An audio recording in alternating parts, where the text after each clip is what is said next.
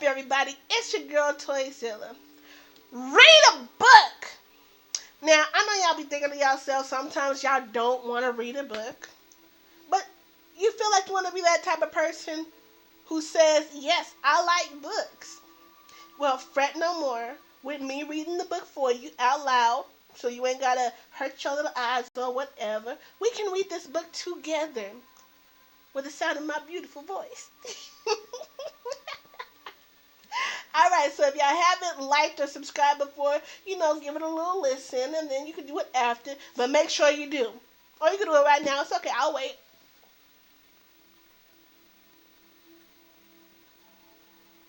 Did you do it yet? Alright, okay, let's go. Okay, so the book that we'll be reading is the second book in the Looking Glass War series called Seeing Red. Now, if you haven't read any of the previous book or chapters right now, go ahead onto the YouTube channel and just catch up. Do your thing. Look for the bell bot symbol. You know how it hangs. Alright, today we'll be reading chapters 9, 10, and 11. So I hope y'all are ready for this. Let's get started. And if you feel like you want to draw some artwork, send it into the Discord channel. You'll see the link for that below the video on Twitch if you're watching with us live. And feel free to check it out. Go show me what you can do. Without any further ado, let us get started. Also, if I mispronounce any words or something, let me know nicely. Be kind about it. Don't make fun of my hair or the way I look. I'm doing this for you guys. Doing this for you. To read something. Alright, here we go.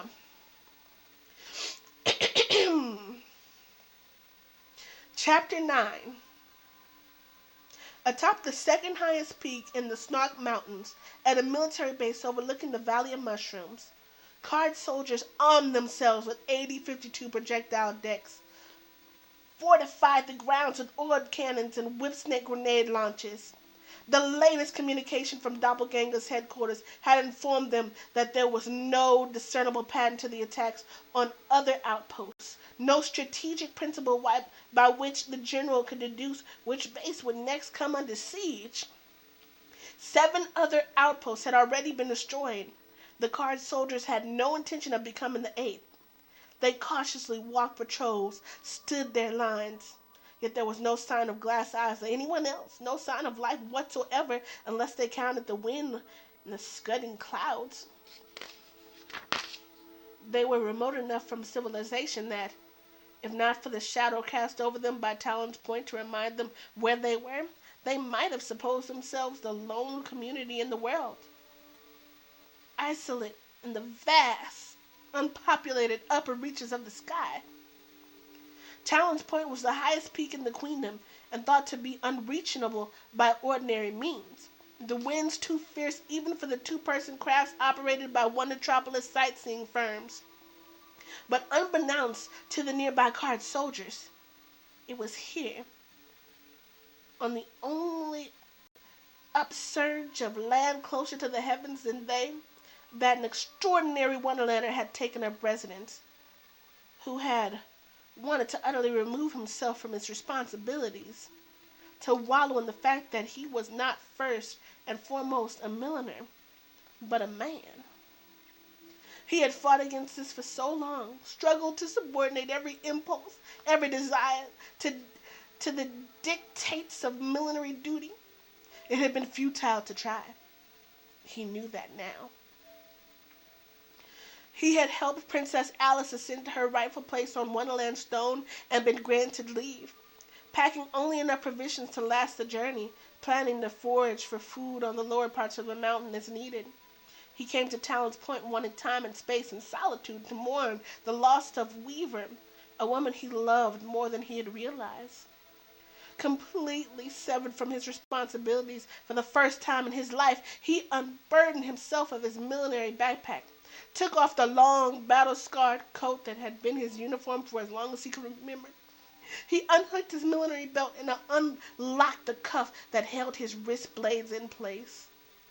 He removed his top hat last, sensing its reluctance in the suction-like hold that made it slightly more difficult to lift from its head.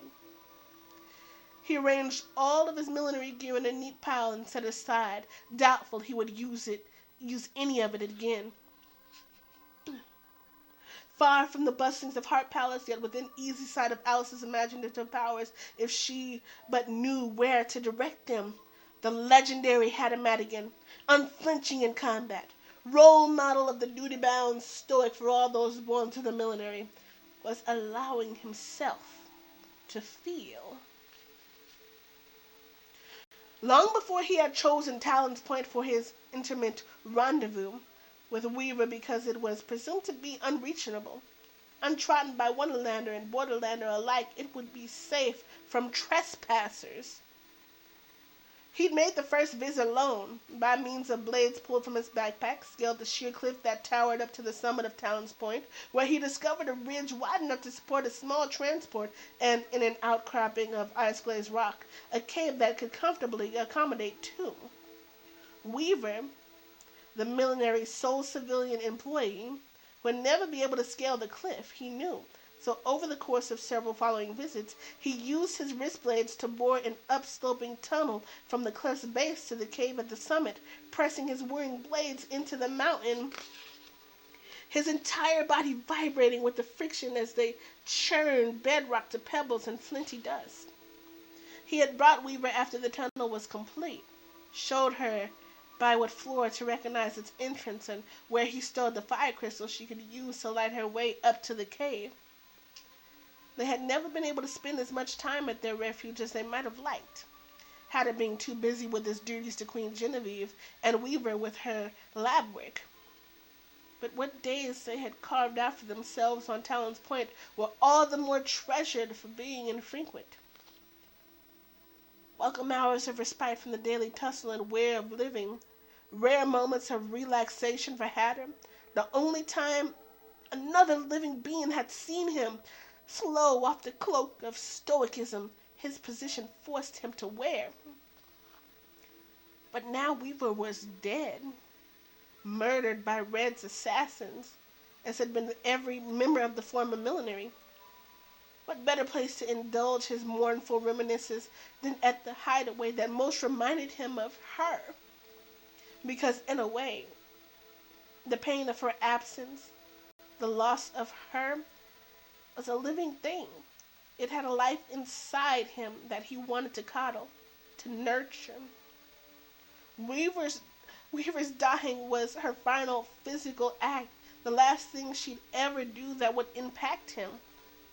He wanted to make it last as long as possible. In the farthest recess of the cave, he found a leather satchel blanketed with dust, half buried in drifts of dirt formed by the wind. Weaver's satchel? Had she brought it on one of their earlier visits or left it for him? A clue to how she had spent her last days. But if she'd left it for him, troubling questions came to mind. Why would she have abandoned Talon's Point, since it was where she'd had the best chance of avoiding Red's assassins? Or what if she hadn't abandoned the point, but instead had been ambushed by Red's assassins while gathering food lower down on the mountain, and he couldn't tolerate thinking about it. To mourn the loss of Weaver was one thing. To envision the actual event that had forever wrenched her from his life was another. Plus, the satchel might only contain clothes and other provisions she had needed to survive. It might not have been left for him at all. He spent entire afternoons staring at the bag or avoiding it altogether. He who feared no enemy was afraid to open it, but enough time had finally passed. He thought himself ready. He took the satchel in hand, brushed it clean of dust and dirt. He removed one item at a time, letting each conjure what memories it would. A trio of old notebooks tied together with flugelberry vine. Weaver had carried them everywhere. They contained the historic formulas of her art. Hatter untied the vine and opened one of them, wondering if the indecipherable symbols on the page in front of him were responsible for the scarf she had once given him, or at least the timing of the gift. For your birthday, whenever it might be, she had said, because milliners were not supposed to know or celebrate their birthdays, such personal trifles falling outside their duty to protect the queendom. Hatter's birthday wasn't listed in his official file, but he had always suspected that Weaver, by means of some concoction or other, might have discovered it, and this had been her way of telling him. He took a carton of Jolly Jellies from the satchel. Even in his grief, he had to smile. Weaver had been addicted to sweets, frosted cakes with lollipop sprinkles, chocolate biscuits with swirls of vanilla batter at their center. It was just like her, so lovably willful to accommodate her cravings while hiding out from Red and her minions on the run for her life. Next out of the satchel came a first aid kit, complete with cauterizer, skin graffer, and the U-shaped sleeve of interconnected NRG nodes that a surgeon had once used to fuse Hatter's shattered shoulder back together. But also inside the kit, smashed as if with a rock or other blunt object, Weaver's millinery ID chip. She must have removed it from under the skin of her forearm to aid in her survival, destroyed it to prevent Red from tracking her. It was a tiny thing, roughly the same size as the mole Weaver had on the nape of her neck. But one of the chip's circuits wasn't adequately destroyed. It had probably been enough to betray her location to Red's assassins. He should have trusted his instincts. Originally against the idea, put forward by the millinery's board of hiring a carefully vetted civilian to handle the facility's alchemistic needs, he had changed his mind only after he considered better to have every milliner out in the field than in a lab. Besides, none had Weaver's gift, her ability to discover and exploit the hidden properties of things. She could take some secret mixture of liquid metals, combine it with a beaker full of who knew what, and produce the strongest, most responsive of millinery blades. Weaver was no ordinary civilian, but he should not have let her work here. He might never have known her, never have fallen in love with her, or even known that he was capable of such love. He'd have lost these things, but she'd still be alive, filling her civilian days with civilian concerns. He thoroughly crushed the ID chip against a rock, returned it to the first aid kit. He upended the satchel and let the lone item it still contained drop into his palm. As slim and compact as a playing card, it resembled a typical book from Earth in every detail except size. Weaver's diary. What he'd hoped and feared to find. Mustering his courage, Hatter pressed the sides of the diminutive book. The cover sprang open and, more than 3 lunar cycles after arriving here, the man who had fought too many battles to remember, who had faced 1,000 different deaths and come away from all of them more or less intact, suffered the blow of his life when the 3D image of Weaver materialized and he heard the sound of her voice. Hatter, my love, we never got a chance to say goodbye.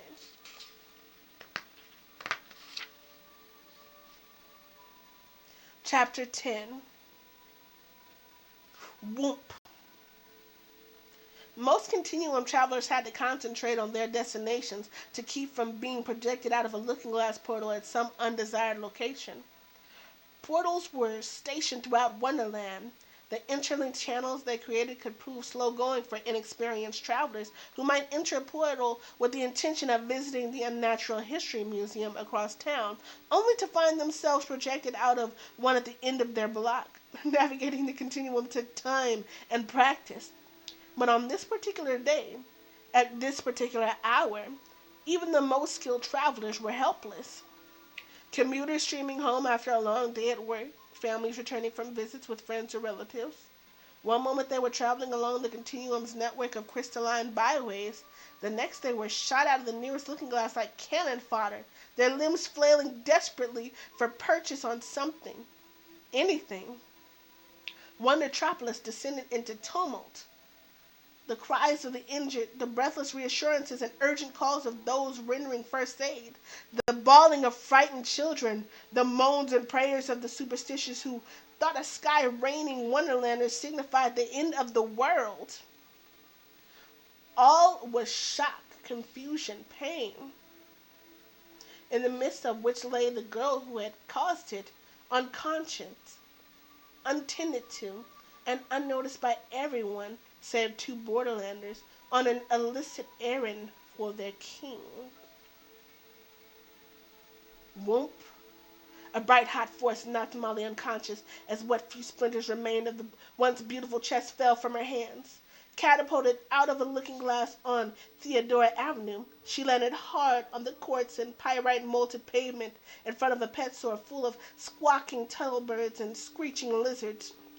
Even before her Humber came tumbling out of the continuum after her, 4 seekers began to circle in the sky above, signaling her location. Deaf to the injured, wonderlanders strewn about the desperate streets, blind to everything save the seekers. Ripkins and Blister stepped into Theodora Avenue and sighted their quarry.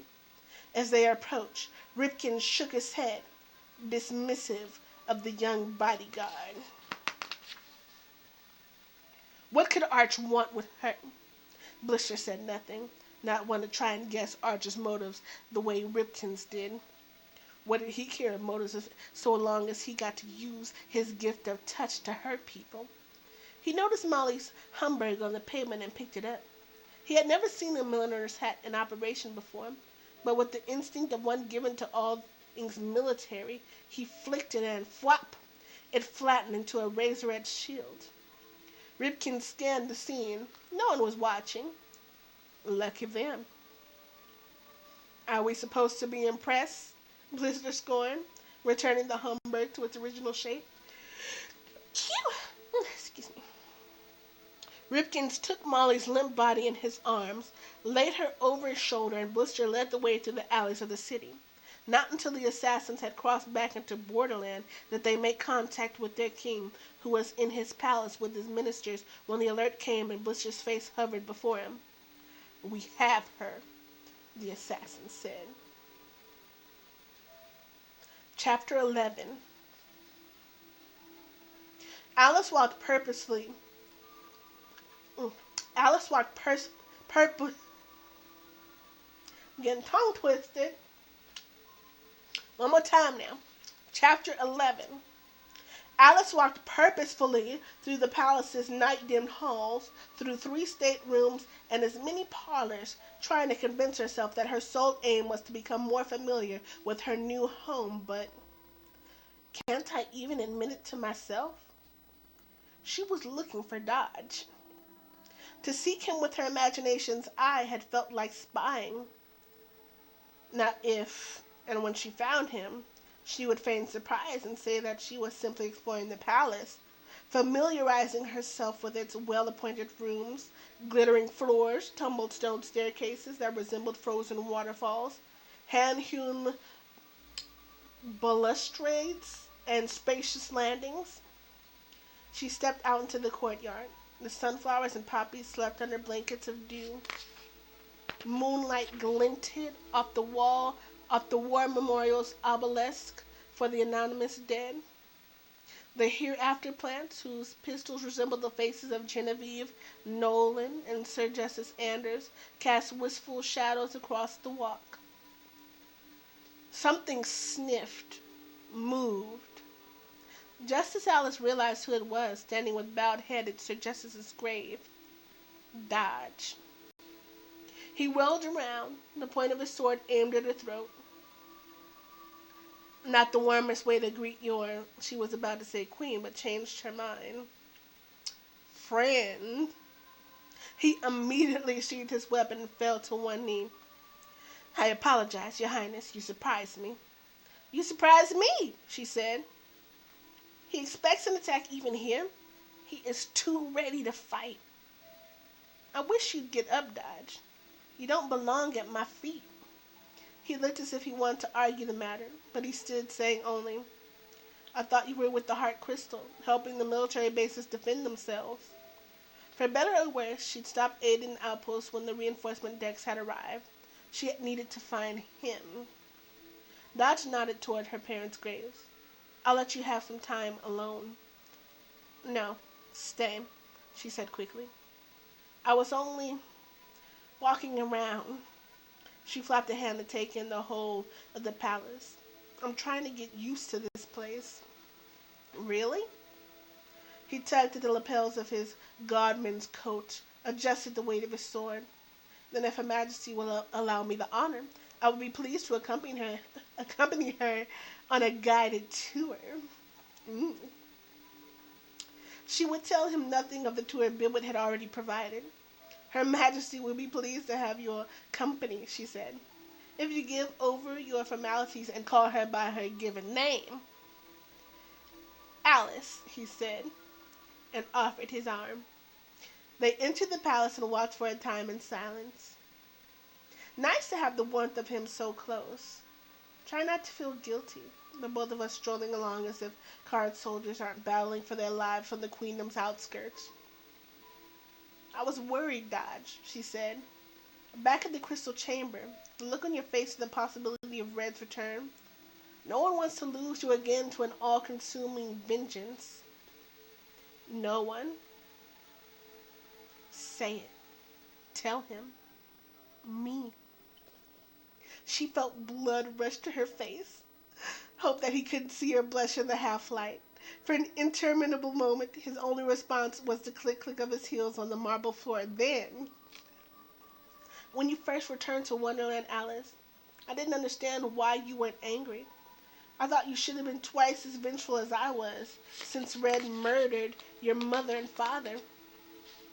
It bothered me that you weren't, and I couldn't help thinking that in some way you were dishonoring their memory. I don't honor my parents through vengeance, Alice said. I honor them by watching over the queendom to the best of my ability for the continued glory of white imagination, as they tried to do. I know, he sighed. Did I take unnecessary risk as an Allison? Did I put myself in harm's way because I cared less about my own life after Red's coup? Probably. What did my life matter in a universe that allowed black imagination to win? It mattered, she whispered. Dodge shook his head, uncertain. That's what's funny, as in not funny at all. I was unnecessarily risking my life, but I had vowed to live in order to kill him. They had come to a series of rooms whose familiarity struck Alice mute. Bibwood had not shown her these rooms, which were a recreation of her mother's private quarters in the former Heart Palace. I'm told the architects meant for these rooms to serve as a sort of shrine, Dodge explained, a place where you could commune with your mother if you ever desired her guidance. A noble intention, and yet, the last time she was in these rooms, I never saw my mother alive again. If it is Red, Dodge said quietly, if she has returned, I don't know how much control I'll have over myself. Alice tried to sound reasonable, as if whatever Dodge chose to do wasn't of the greatest importance to her. You can let me deal with them and not get involved. I can protect you from them, from your own worst impulses. Whatever power I have is nothing if I can't use it to keep safe those who mean the most to me. You protect me? He laughed. Alice, your responsibilities as queen make it necessary for you to keep yourself out of harm's way whenever possible. She started to protest. Yes, you're a warrior queen, absolutely, he said. But I think even Bibwood would agree when I say just because you personally can defeat an enemy doesn't mean that you always should. The queendom can't afford to see you injured or worse. Besides, you have card soldiers and chessmen more than willing to engage in battle for you. And if card soldiers and chessmen aren't enough, his voice sounded choked, like something was stuck in his throat. My life might not have mattered to me, Alice, but yours always has. Did he just say that? Did he? A lot of men would be intimidated by a warrior queen. Never mind one as intelligent and powerful as you are, Dodge went on. But I know that you wish you didn't always have to be strong. You wish you could let someone else be the strong one for a change. Someone who could support and comfort you. I might not have your powers of imagination, Alice, but let that person be me. Let me protect you, always and forever, no matter who attacks the queendom, Red or anyone else. Dodge, Alice said, putting a hand to the parallel scars on his cheek, that brand left so long ago by the cat. She pressed her lips against each of them, 4 delicate kisses. When she pulled away, he was smiling. I have to check on I have to check in on a couple of guards, he said. Wait for me? She nodded, watched him stride in among the plush couches and oversized pillows that furnished the first of her mother's replicated rooms, a room heavy with the past, but now the sight of an overwhelming present. With a last happy look at her, Dodge slipped through a door in the far wall.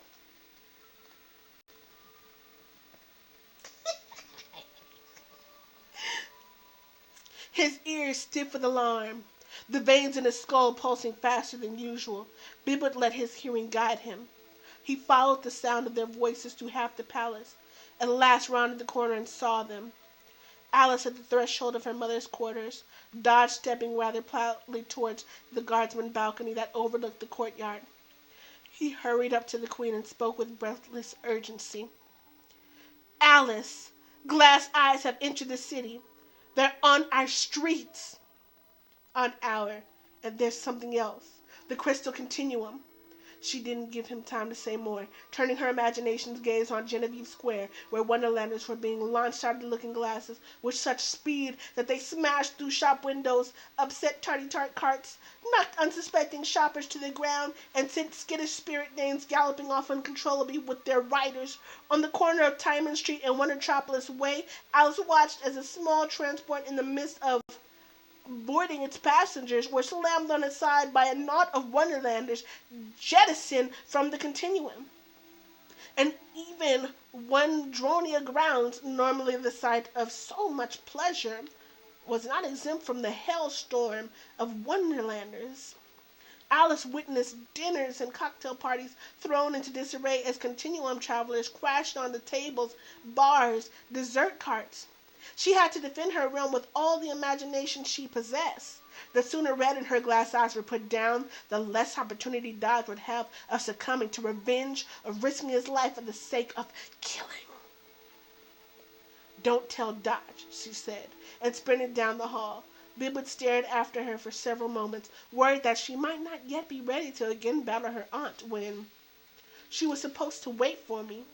Dodge, surprisingly and not a little ashamed of it, Bibbert had been too absorbed with thoughts of glass eyes to hear the guardsman emerge from the balcony.